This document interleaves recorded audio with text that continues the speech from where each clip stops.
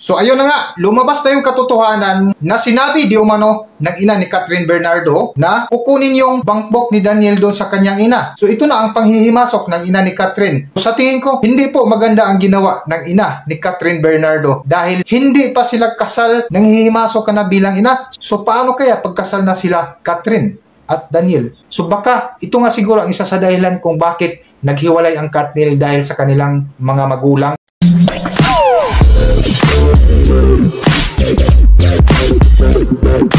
Good morning sa inyong lahat. Welcome back to Kaakibat React, ang chismoso ng bayan na hindi nagbibihis basta makachismis. Sino ba yan? Ako lang yan. Ano pang inantay natin? Let's go.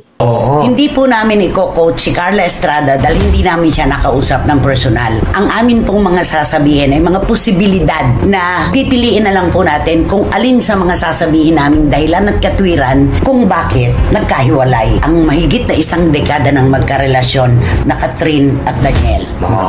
Una, ikaw muna yung tungkol doon sa bank book. So ngayon, nandito tayo sa pangalawang topic kung saan ito nga sinabi ng kasama ni Nanay Christy na nakikialam na ang ina ni Catherine Bernardo tungkol sa bank book. So take note, bank book ni Daniel Padilla. Nakausapin di umano ni Catherine Bernardo ang kanyang boyfriend na kukunin ang bank book ni Daniel Padilla sa kanyang ina. So let's go, ituloy lang natin. Ang amin pong mga sasabihin ay mga posibilidad na pipiliin na lang po natin kung alin sa mga sasabihin namin dahilan at katwiran kung bakit nagkahiwalay ang mahigit na isang dekada ng magkarelasyon na Catherine at Daniel.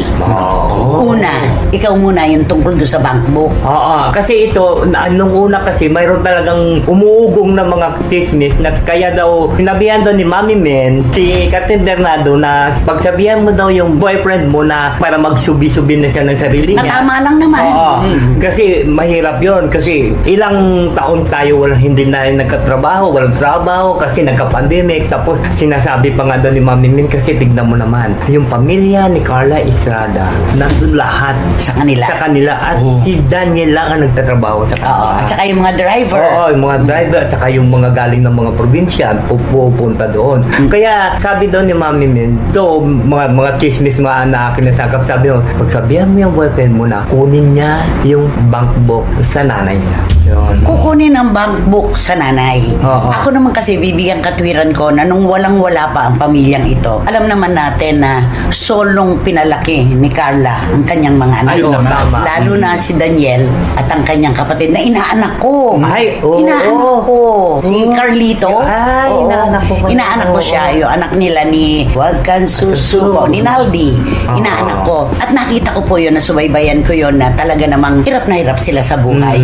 At ngayon nga na dumating na yung pagkakataon na sumikat si Daniel Padilla at nabigyan din si Carla ng pagkakataon na mag-host ng Magandang Buhay. Kumikita na. So ito ang pinakamahirap sa lahat sa magkasintahan dahil oras na papasok na yung mga magulang dito po magkalabo-labo na. Pakinggan lang natin. Ako man din siguro yung matagal na panahon na hindi nakatulong sa aking pamilya. Sasamantalahin ko na yung pagkakataon para mapasaya ko naman sila sa pamamagitan ng maaari kong ibigay. At walang masama doon. Hindi po yun krimen. At si Daniel naman, siya naman po ang nagtatrabaho, siya ang nagpapakahirap. Kung meron mang hilig sa sasakyan, yung bata, ibibigay yun talaga ng magulang ni Carla.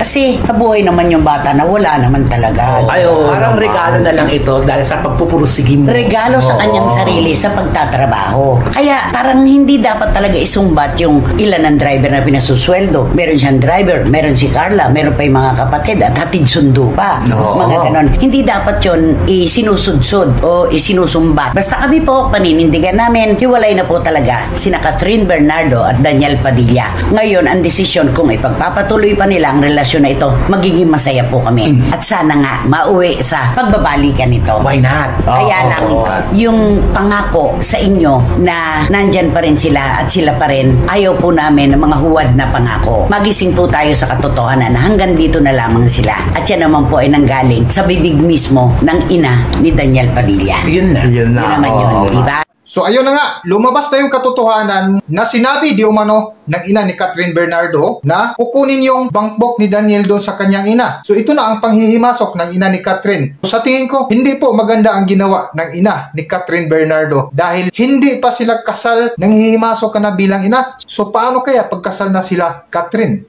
at Daniel. So baka ito nga siguro ang isa sa dahilan kung bakit naghiwalay ang Katniel dahil sa kanilang mga magulang. So ayan, malinaw po kung sino nga ba ang nagsimula sa chismis at sino nga ba ang nakikialam sa kanilang ari-arian.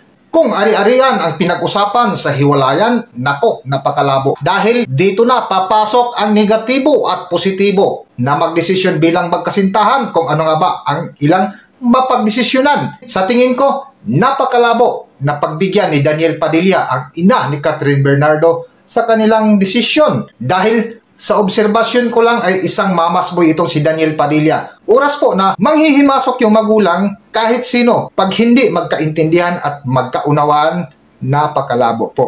So hanggang dito na lang muna ang ating video at kung nagustuhan nyo, huwag kalimutan mag-subscribe at pindutin nyo na rin ang notification bell para ma-notify kayo sa aking mga susunod pa na video. Maraming salamat.